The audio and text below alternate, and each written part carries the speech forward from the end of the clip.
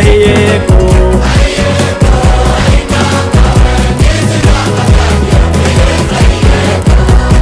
beza binka byagira nashima bashishiriye nanje ca ndabashima nenzimano mu kanya muraro teretse araha baterekere dutama ariko mutama ndabona afise amakenga jambo ryanyu It showed beautiful culture, creativity.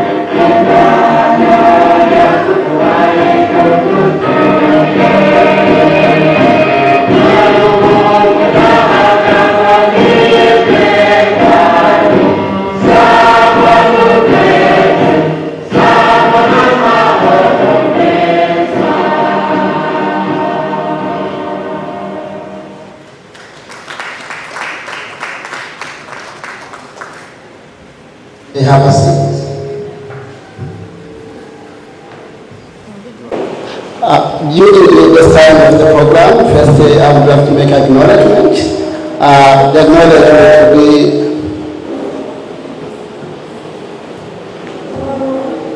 we acknowledge for the community respective statement and often they are delivering the start of meeting or event, recognizing Aboriginal and Torres Strait as lenders, people, as tradition owners of the land.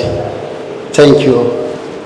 We are continuing with the programs and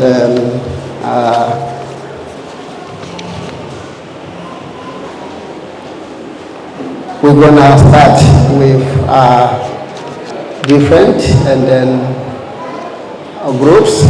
If Inyange is going to be here, they will be able to come to perform, but if they are not ready yet, we're going to be give this time our Burundi women communities chairwoman to come to give a welcome to our visitors. First of all, Madam Sylvia Linda. Thank you.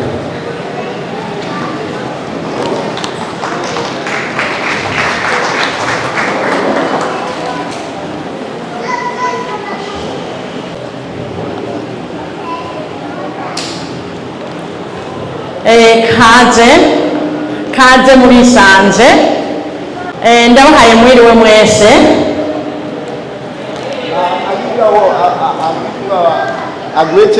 hanyuma kaze kuno munsi wo guhimbaza umunsi wahariwe abakenyezi kw'isi yose.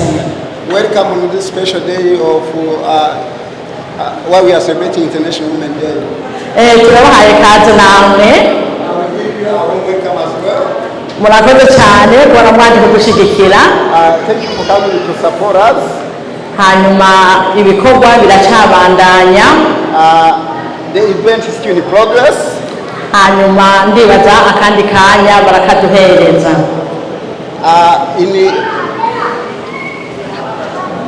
Akandi kanya turaza kukaronka. And we're going to get another opportunity kugira tubandanye. So we can continue. Murakoze cyane. Thank you.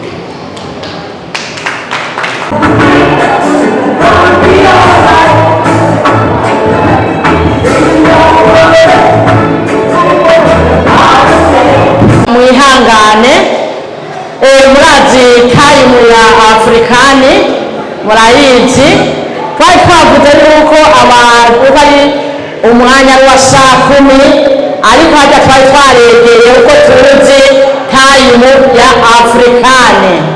Mwihangane turacyarindiriye abandi, hariho n'abandi bahava baza abashitsi turacabarindiriye atakibagoye bariko baraza. Hanyuma abamama oye, abamama oye, abamama oye, abamama nguvu, abamama nguvu. Abamama turakomeye kubera iki? Kubera uburyo twagiriwe ubuntu. Abantu ba kera cyane batuboneye inzu batubyaye n'abandi baragize ingorane zitosobanurwa, ariko ubu twaragiriwe ubuntu. Nicyo gituma niko ndavuga nti abamama oye, abamama oye, mwiyumve amahoro. Hanyuma uno munsi ni umunsi wo guhimbaza umunsi mukuru w'abamama. Hanyuma hariho n'inkino zihava zitegurwa, zateguwe zihava ziba zikorerwa hano nyene. Mwihangane ariko turiko turarindira n'abandi bariko baraza. Hanyuma byose turabibona, byose ibindi biriko birashika.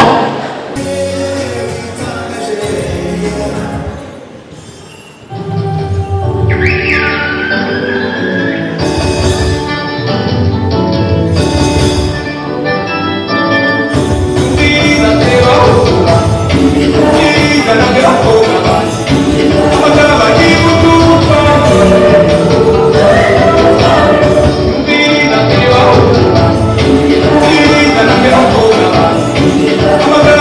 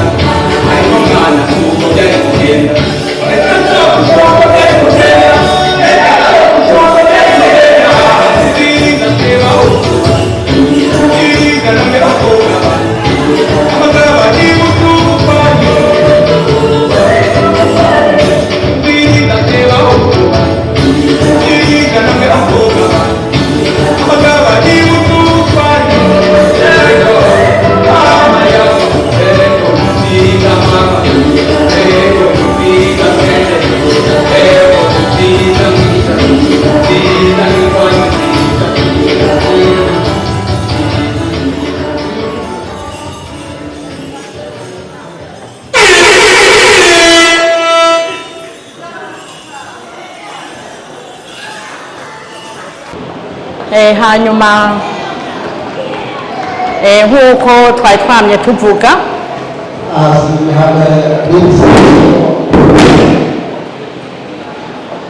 tugomba twumve icyadukoranije hano,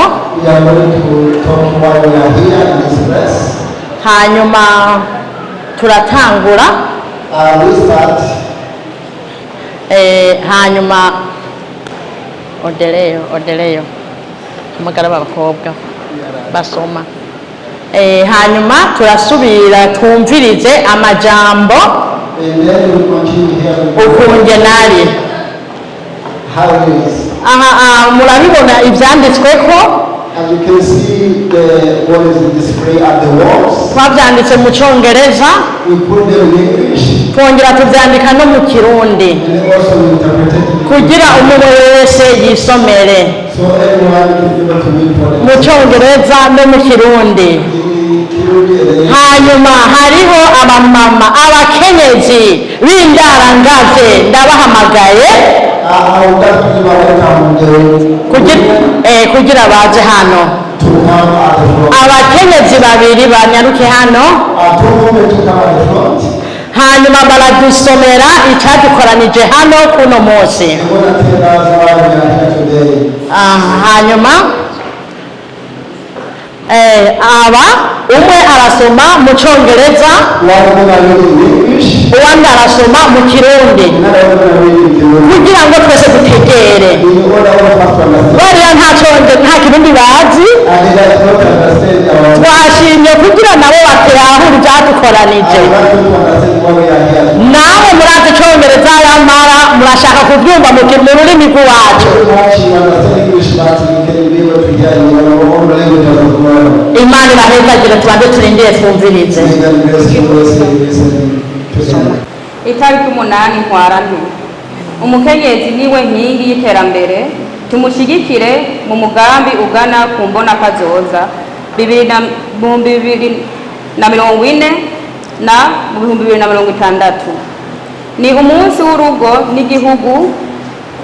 n'igihugu afise uruhara runini mu guteza imbere ubutunzi, indero n'imibano myiza kuva mu muryango gushika ku rwego rw'igihugu. Umukenyezi arakora atiziganya, araremesha, akigisha kandi akabungabunga ubuzima bw'abana n'ingo. Mu guteza imbere igihugu dutegerezwa kumuha amahirwe angana n'ay'abandi mu mashure, mu kazi no mu nzego zifata ingingo. Iyo umukenyezi ashigikiwe kandi agahabwa ijambo, iterambere ririyongera, ubukene buragabanuka kandi amahoro akomera. Nico gituma dukwiye gukomeza kunganya ivangura iryo ari ryo ryose rikumira, tukubaka imico n'amategeko amurengera. Umugambi w'imbonakazoza mu 2040 no mu 2060 usaba ko twese dufatanya, ariko cyane cyane tukubaka ubushobozi bw'abakenyezi mu bijyanye n'ubumenyi, ubudandaji, uburimyi n'ubuhinga bwa none.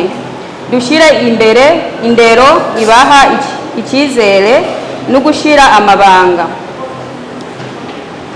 kugira bashobore gutanga intererano yuzuye mu gihugu. Ntwarante ni akaryo keza ko kwibutsa ko iterambere ry'umukenyezi ari ryo terambere ry'igihugu cyose.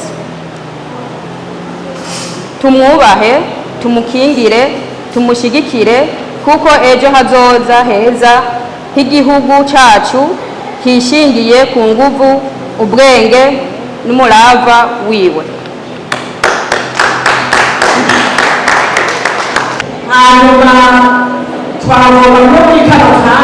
I would like to have at this moment. We're going to show our artists. We're going to be artists a little bit. as we promised, ko tuzobikora. we promised that we will make it.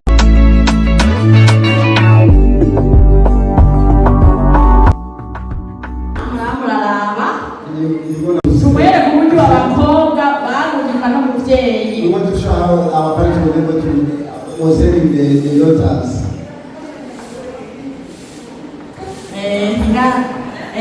Nteretse imikoro. Igikino kiratanguye. Turiko turitegurira abashitsi. We are expecting visitors. Urabona yuko bakwakira umushitsi uritegura mu rugo rwawe. When you are waiting for visitors, special guests, you prepare Ariko yourself. rero mbona uyu mayisisi itasize ukuntu ariko aragenda wa mukobwa. Nteretse ahantu abakobwa b'ubu yabo. Oh my God, I don't know. This is games or this nowadays. Usanga ni mwavuze ukuntu I'm sure they're gonna find our place is very dirty. urarushira. Are you tired? Umukobwa arifuza. I don't want to do faster. Abashitsi usanga ni mwavu. Urabona? Visitors coming in town, they are dirty. Mukama abakobwa bakuru. You just see how they get. Urifuza mukobwa. Burya umugeni ati nkaho agenda arabutumwa. When special guests are there, or you look everywhere. Agahakuye cyane. Ahakura amatsimu umukobwa ahari arifuba. Turagiye rero kuzana umugeni wacu. We want to bring our bride.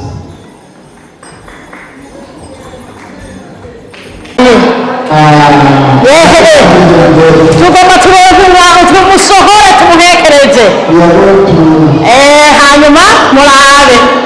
Yewe mukobwa wanje reka atanyaruka.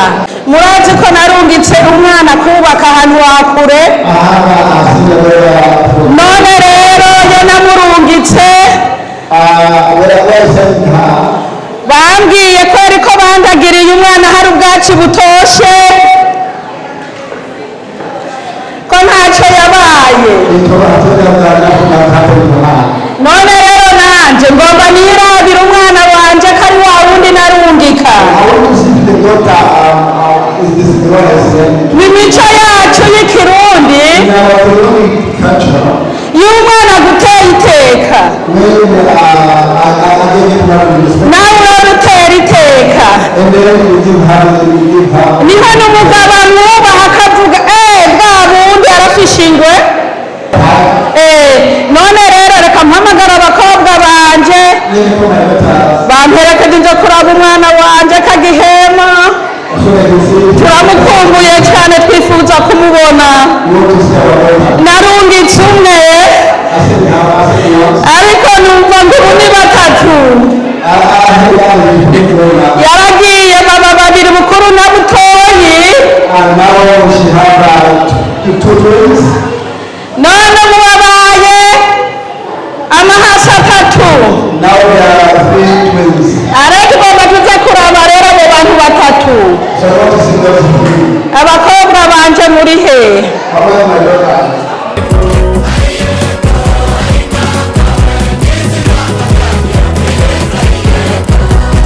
beza binka byagira nashima bashishiriye nanjye ca ndabashima enzimano mu kanya muraro teretse araha baterekere dutama ariko mutama ndabona afise amakenga jambo ryanyu niryo riyamukuraho iyego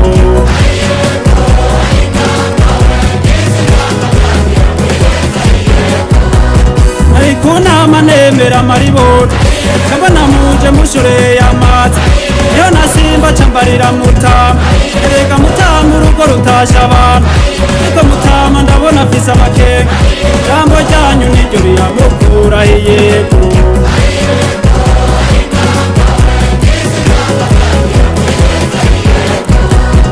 somoro zose dusangire nk'abagenzi asaka ngayo sasagaza urukundo isonga ngiyo sanga ugwezi wacu ari natuki kuki nyambore ariko mutama ndabona afise amakenga jambo ryanyu niryo riyamukuraho iyego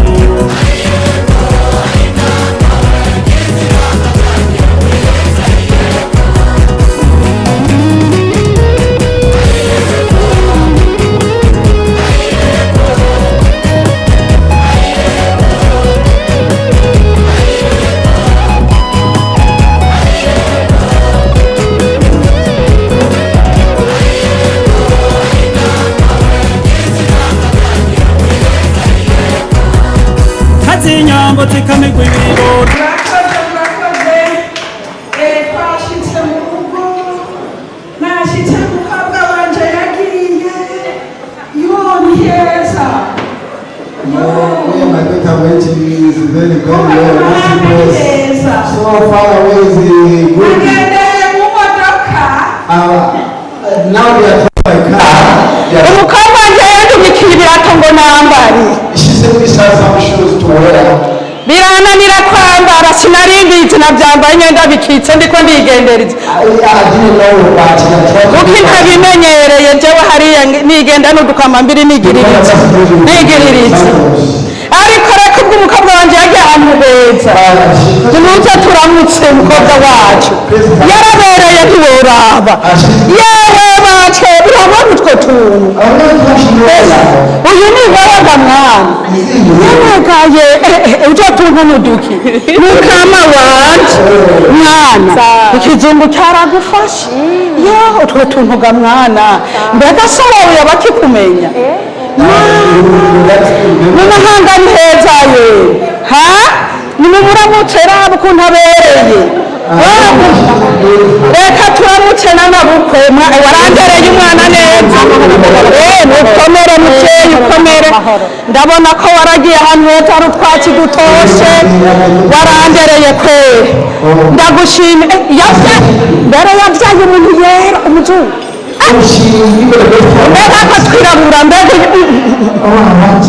mukama wanje yewegaye mu bihugu byo hanze biragira umuntu neza hanyuma rero reka tureka kubicisha amajambo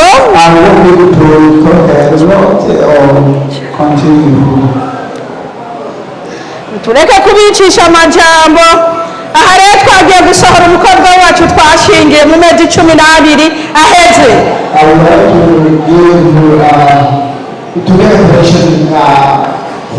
amezi 12 murabona kaza baje ari babiri narungitse umwe ni mu ngomera amashimana Imana yarakoze aha rero mwana wanje nyoko wawe ncahema ego ntafata akabando nkandara kwera nkandara nkaja mu mwonga nkakwega amazi urabona ko ari wowe wayanzanira mwana ariko nyihangana gake nkayazana ni nguko naje gake nogenda kubone inje kukwekereza mwana nkarungutse mwana wanje Imana iguha umugisha naho natuze gahungu n'agakobwa gahungu watanguye ega mwana uragwinjiye utanguye umuhungu urarufashe iwacu utanguye umuhungu mu rugo uca uvuga komera ndagwinjiye ntukagirize aho nyine urafashe Imana iguhezagira reka renzo kwekereza mwana wanje fata mikoro nawe ndabona muje mushoreye amazi iyo nasimba cambarira mutama erega mutama urugo rutasha abantu ariko mutama ndabona afise amakenga ijambo ryanyu niryo riyamukuraho yego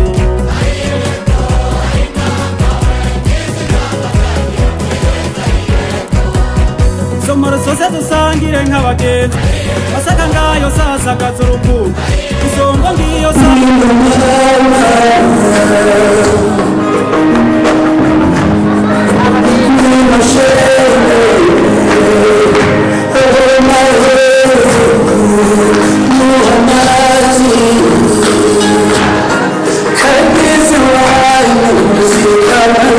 iyi ni mico y'iwacu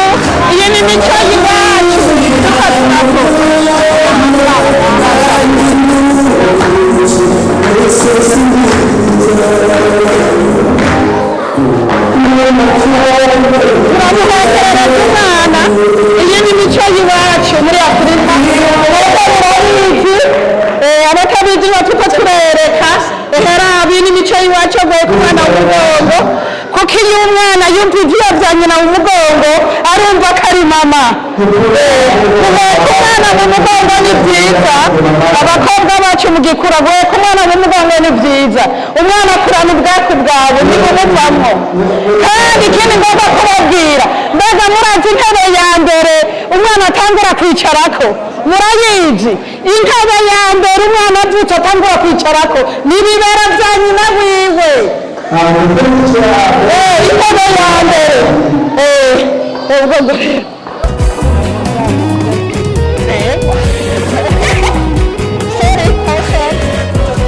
rero turamuhekerereje umwana umwana turamuhekerereje turamusohoye turamuhekerereje umwana funga fundikira shiraho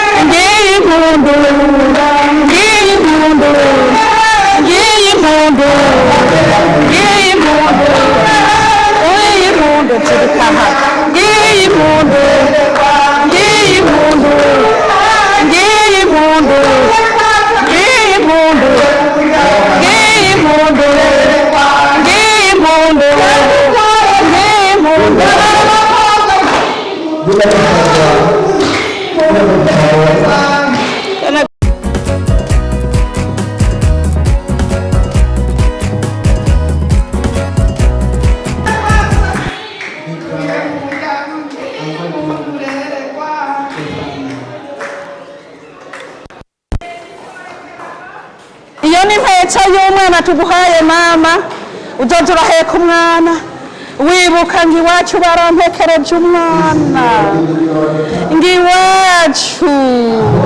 iwacu barampekereje umwana mama yarampekereje umwana urabaye umukenyezi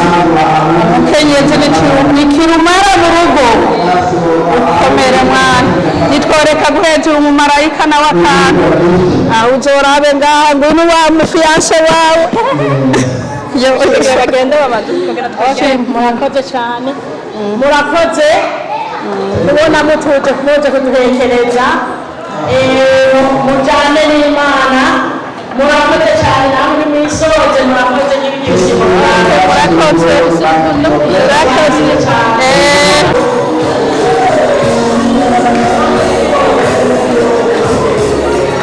dusubizayo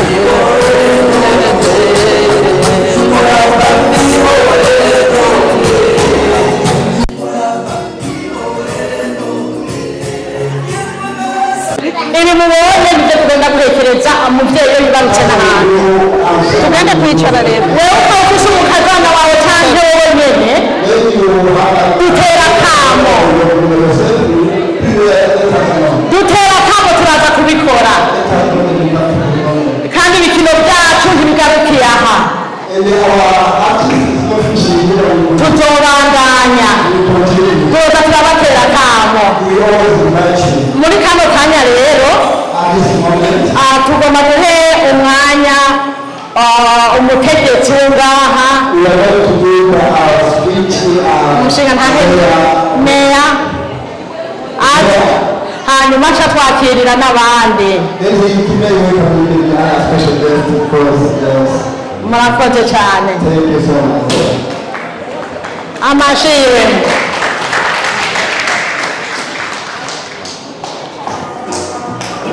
Well, good evening, ladies and gentlemen. It's a great honour and privilege to be with you this evening with the Burundian Women's Association of South Australia. And let me acknowledge your wonderful leader, Sylvia, a true trailblazer,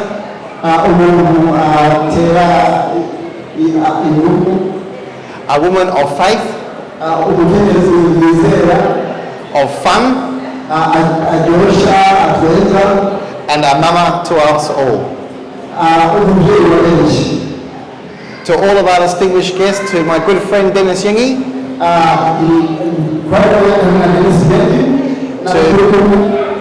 to Ella and Noah, and to all of our distinguished leaders from the community. Today gives us an opportunity to celebrate the wonderful Burundian women of the city of Playford.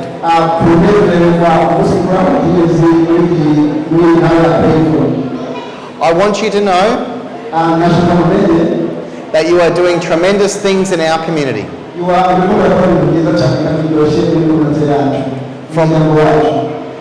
From building our community from the ground up. For teaching our youngest in the community the way of life.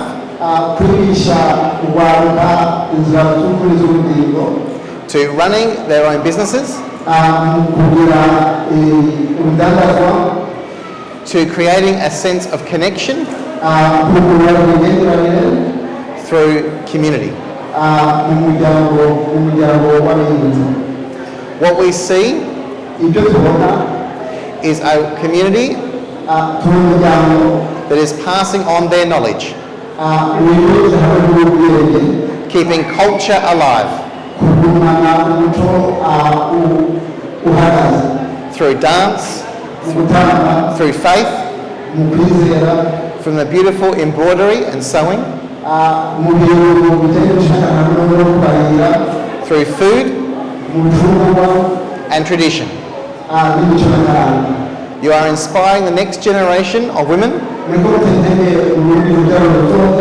to reach their full potential.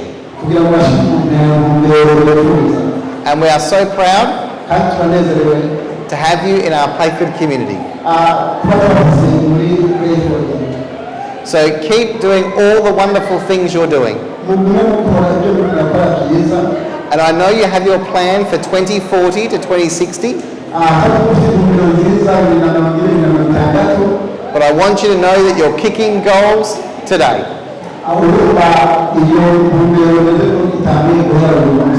And you and your executive committee have achieved so much for women in our community. And we know you have so much more to do. So thank you very much for having me this evening.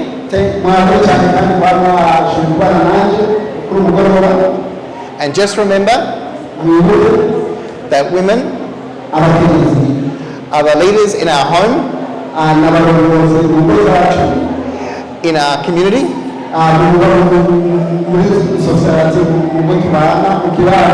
and are holding up the sky to make our community a wonderful place to live, work and play. So thank you for all that you do.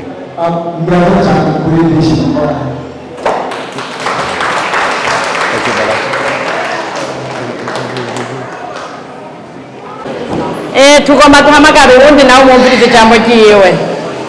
Thank you all for having me. My name is Awa and I'm Labour's candidate for the Legislative Council. My name is Awa and I'm Labour's candidate for the Legislative Council.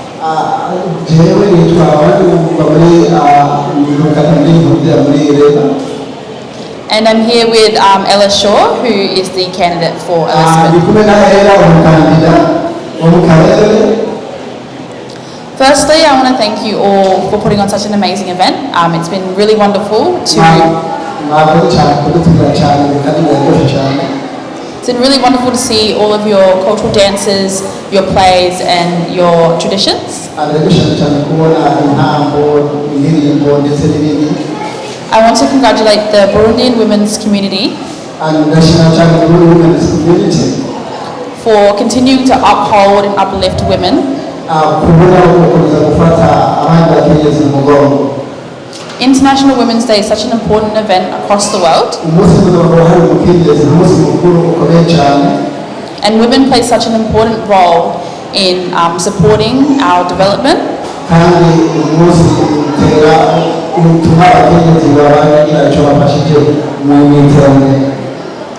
Creativity and strength. As you've said on your wonderful poster behind us, a woman is a pillar of strength and we must support her vision.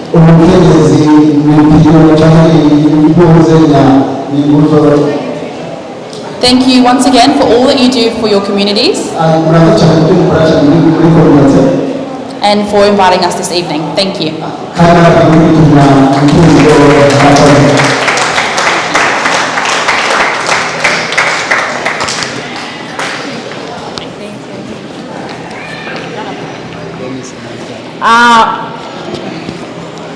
Muri kano kanya tugomba duhereze Dennis nawe aze baramutse kandi agira icyo avuga nawe.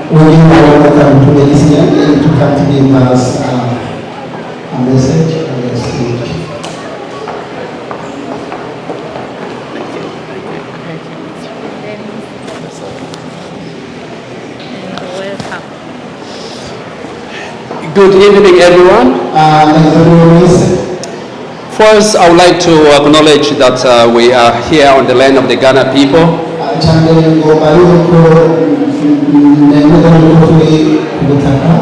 And pay my respect to the elders, past, present, and emerging. I say this not just as a formality, but I'm saying this because they also have the longest culture, in one of the longest culture in the world. Tonight I am incredibly honored to be here once again. For over 15 years, the Burundi Women Community Association of South Australia has been doing amazing work in our community.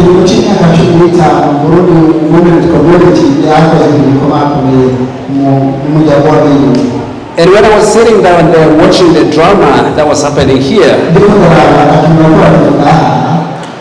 I was reminded of my mama. I was reminded of my auntie. I was reminded of a very strong African woman.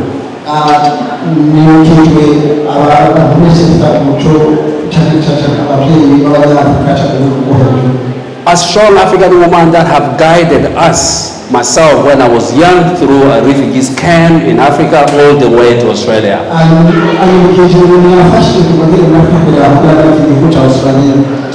You are doing incredible work. You have done amazing work for many, many years before you even arrived in this land. Even while in Australia, you have not stopped that work. You continue to look after our young children, our young brothers and sisters.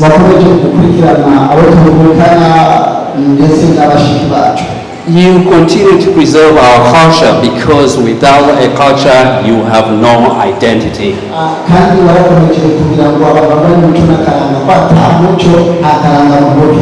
I would like to say that the African Community Council has been strongly advocating for the interests of all Africans in South Australia.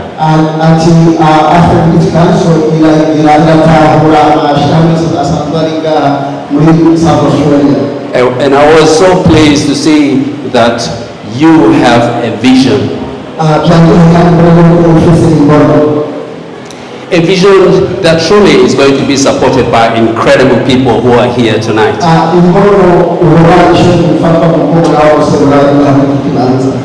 My good friend Mayor Glenn. Earlier today we were in another event. I said officially he has been anointed as a member of the African communities.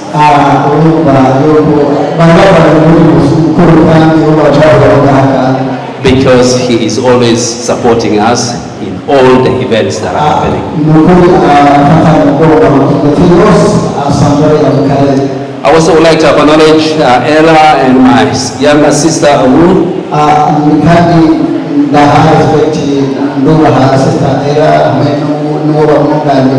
Quite possibly the next member of Parliament and member of Legislative Council. quite possibly the next members in the Parliament of South Australia.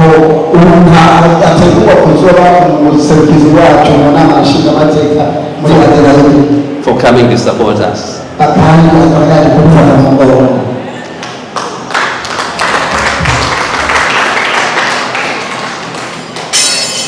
Mama Sylvia, I also would like to say that the African Community Council is truly going to support you along the journey that you have started.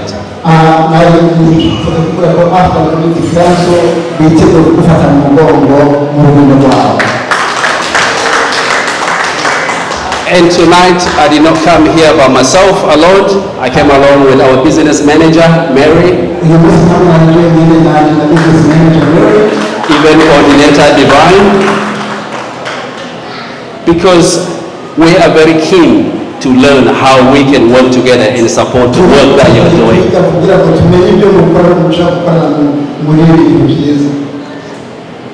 We also have the Africa Day celebration coming up on the 16th of May.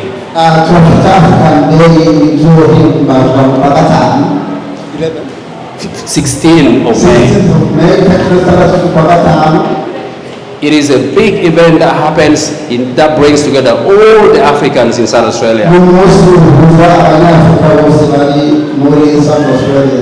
It's a time for us to reflect and celebrate who we are, like what you're doing here.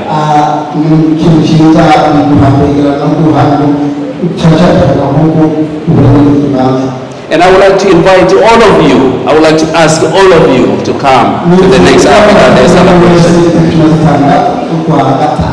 Mary and Divine are there to share information because I've seen many members of your community have performed beautifully in our previous events.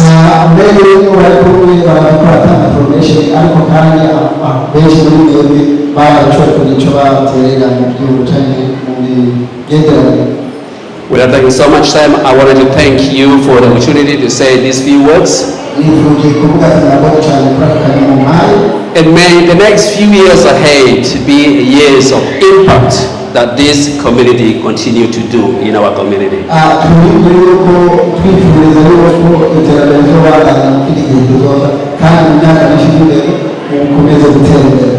If you've forgotten my name is Dennis Yegi.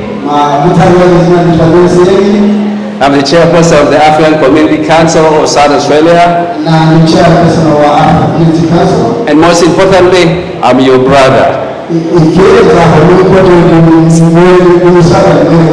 So if you see me on the street and I forgot you, please stop me and say, hello, Dennis.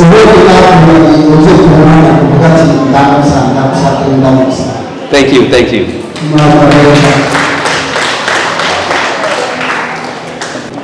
Murakoze cyane. Murakoze. Hanyuma murabona amasaha yageze. Kandi ikindi nacyo nagomba kuvuga. Aha muri aba bantu mwabonye nabo dukorana. Harimo ababitsi. Harimo abanditsi. Harimo abahanuzi. N'abandi bataje. Ntituri bake. Ndashima cyane kubera harimo indarangaze z'abapfasoni bakiri bato. Batariko barumva amabwire. Bagomba ko dushinga rukaguma. Kandi iyo dutera tuja ni heza. Nukuri n'abandi mutere muza kugira ngo ibikorwa byacu bibandanye gutera bija imbere. Harimo abandi bazi icyongereza, hariho abazi kucandika no kugisoma, n'abandi bakaba bazi n'ikirundi cyose, nukuri turabishima cyane kandi turabateye akamo n'abandi mubandanye kuza kugira ngo ibikorwa bibandanye gutera imbere. Hanyuma nari mpamagaye abakenyezi n'abategetsi bari hano kugira ngo dufate ifoto, hanyuma abashitsi duhejeje baca bagenda duca dutangura gusengera ifungurwa kugira ngo bafungurwe batahe bafunguye. Umukenyezi wese ari ngaha waje kubera ugomba yuko nawe utera imbere, twese dutera imbere, kandi ugende kubivuga no hanze. Twebwe ntabwo turi abanebwe, ntabwo turovuga ibintu byo kubesha, turoshyira ahabona. Muzobona negisiya mu mwaka uza aho turokwerekana ibisumba ibyo, muroze mwirabire, dukora ibikomeye, dukora ibikomeye, mwese muroze mwirabire, mwese nimuze, abakenyezi mwese nimuze, please nimuze, please. Umukenyezi uwo ari we wese yuko kaje guhimbaza uno munsi mukuru ndibakamwoza kugira twese twiyumve yuko turi abakenyezi turiko turabye gutera tuja. Over there? Yeah, there. Bamwe baje hejuru ngo shira ico hirya.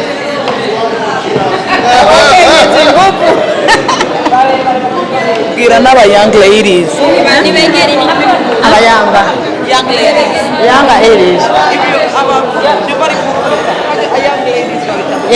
N'ugwaruka imisore n'abakobwa n'abakobwa nimuze. N'abakobwa nimuze. Emwe nimuze. Mwabibonye uburyo turiko turakora, haguruka muze. Ingo nimuze mwese, nimuze mwese. Uno munsi ni umunsi w'abakenyezi,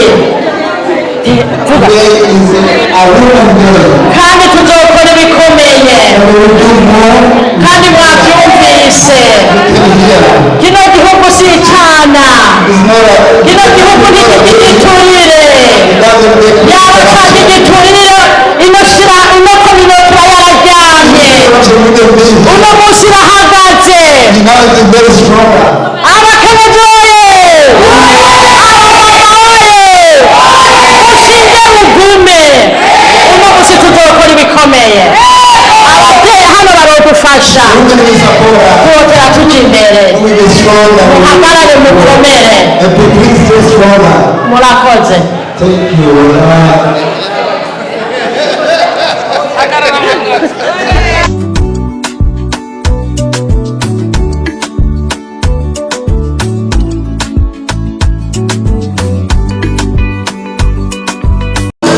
Hanyuma umukuru wa diaspora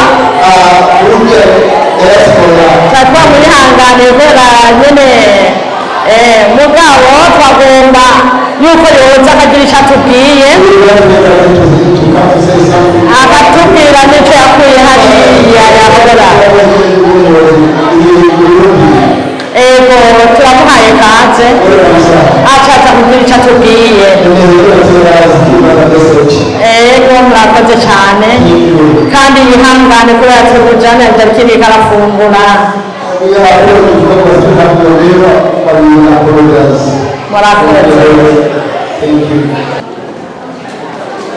Burundi Women's Community or South Australia oye.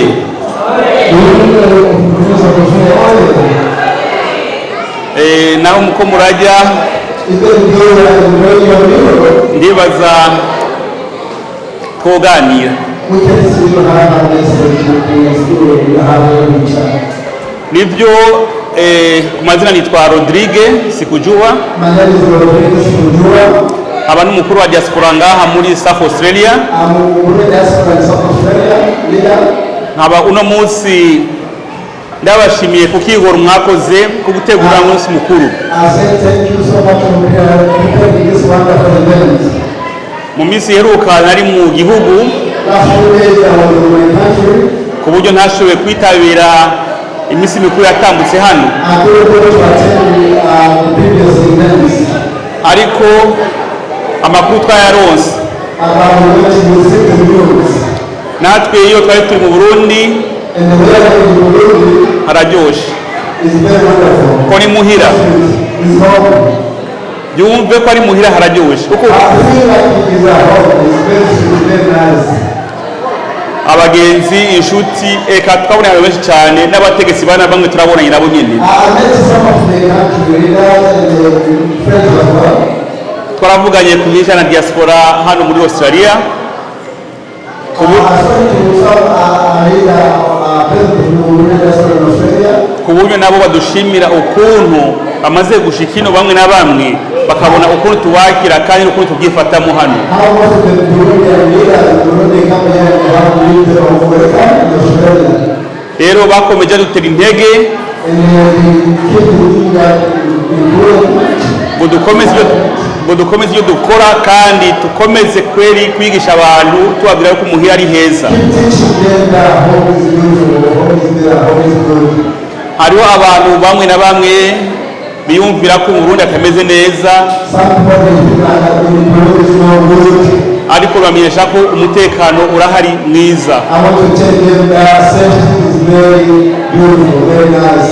Uragenda 24 hours amasaha 8 utambuka ari ijoro ku murango nta ngorane ufite. If you go for 24 hours, you can't be at all.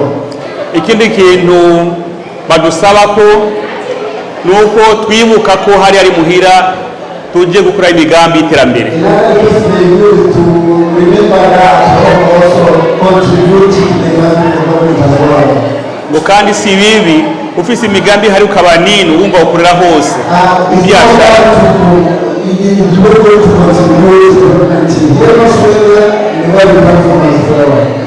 Rero ndibaza uno munsi twaje gushikira abadamu women. Rero ku ruhande wacu twe twashaka cyane cyane kwanza kubakengurukira mwewe kukengura Burundi Women's Community of South Australia ku bikorwa byiza n'amamukura misi yose. Mwatweretse mushona, kujisha, intambo, guhanura n'ibindi.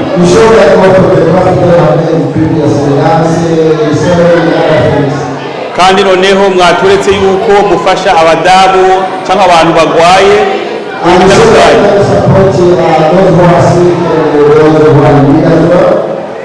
ubwo rero turabashimiye cyane kandi mubandanye ukivi. Reka nshishe muna n'akongereza n'agafaransa ko bumva.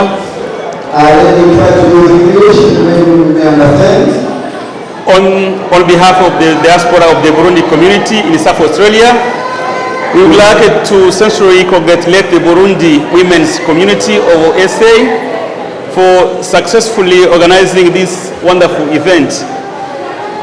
We thank the Burundi women's community of SA for its continued dedication to supporting our community, promoting Burundian culture, and organizing activities that bring people together like today. Your efforts strengthen unity within our diaspora and inspire future generations.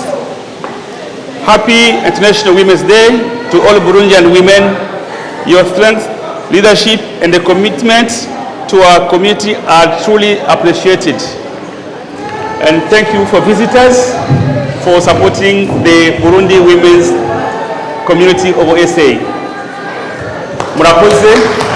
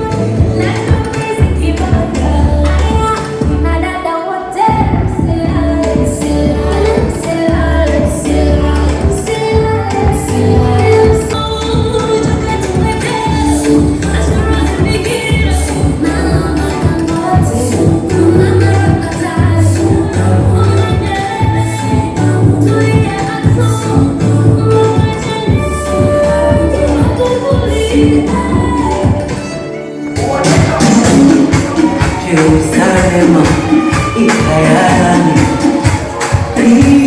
ilondoloze uhambe nami alikulana uso wami aukulana ilondoloze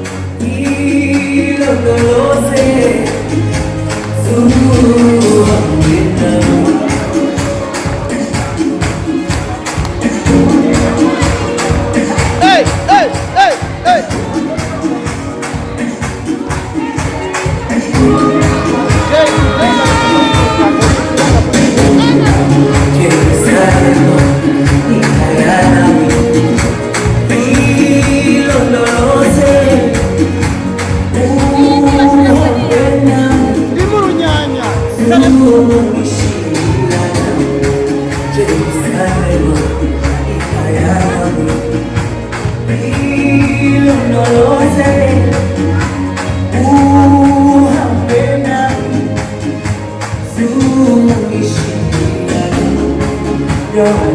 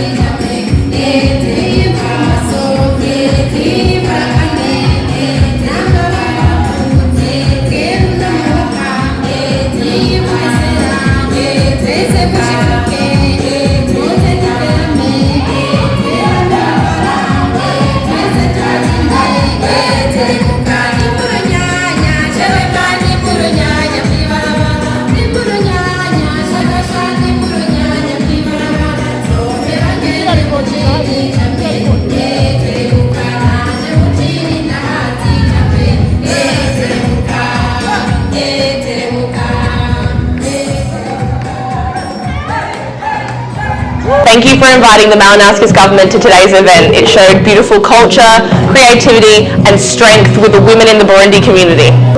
Thank you so much for having us this evening. Sylvia and her team at the Burundi Women's Community have welcomed us so greatly and we are so humbled to be here this evening. Thank you.